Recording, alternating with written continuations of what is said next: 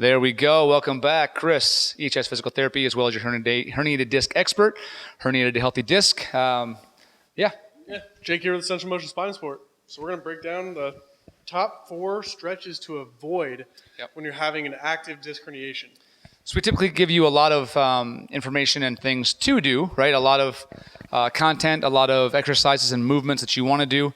Now, these have a caveat along all of these, but what we're trying to find or trying to show you here is that when there is probably an active disc component for the lower back, we'll do a different one for the neck. Yep. This is lower back only. These tend to be wrong more often than right. Yeah, so there are cases when we would use these, but they're not as common as other ones. We find these to be more problematic than anything. So let's go over the first one. So the first thing we would do is we want to definitely, on almost all cases, avoid would be flexion and standing. Now we use this as an assessment technique, but rarely do we give it to somebody with an active herniated disc problem or bulge or sciatica. Now there would be times with a dysfunction. We'd want to use this, but go ahead and show what that looks like. So just the typical bend over and touch your toes kind of stretch. So when you come down here, what we're getting is a lot of low back flexion. And we've kind of represented this with a disc model before, but when most disc herniations occur, they go backwards and to the side. Yep. So they would be, say I have an active disc herniation here. When I bend over, it's going to increase the pressure on that disc towards that side where it's already injured. So that could increase your pain, especially early on when you're having a disc issue.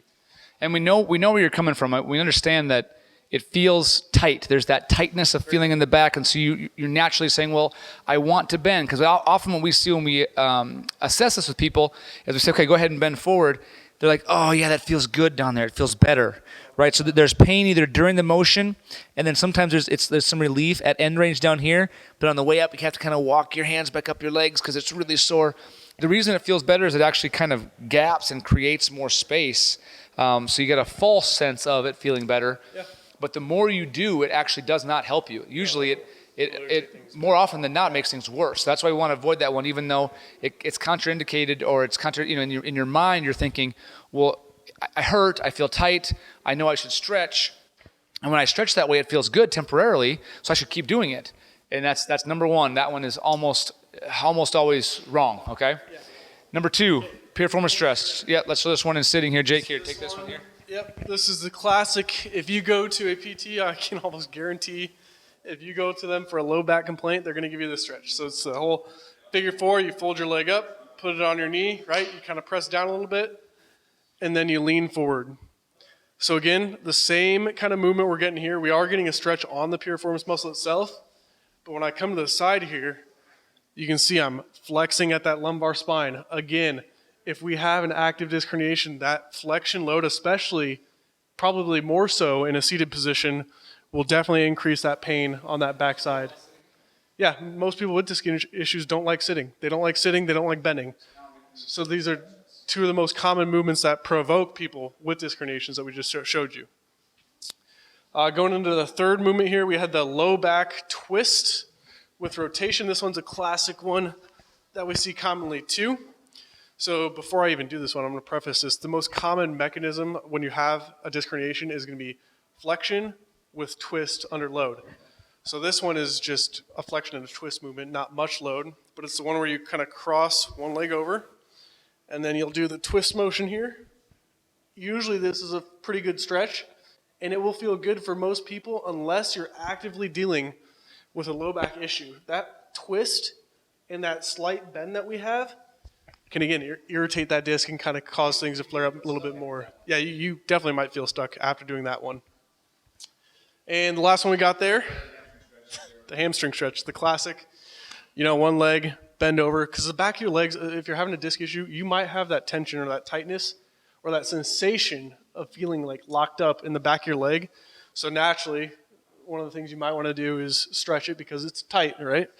Well, that tightness isn't from the hamstring itself. That tightness is from irritation at the disc affecting the nerve root that runs down the sciatic nerve all the way down to your leg.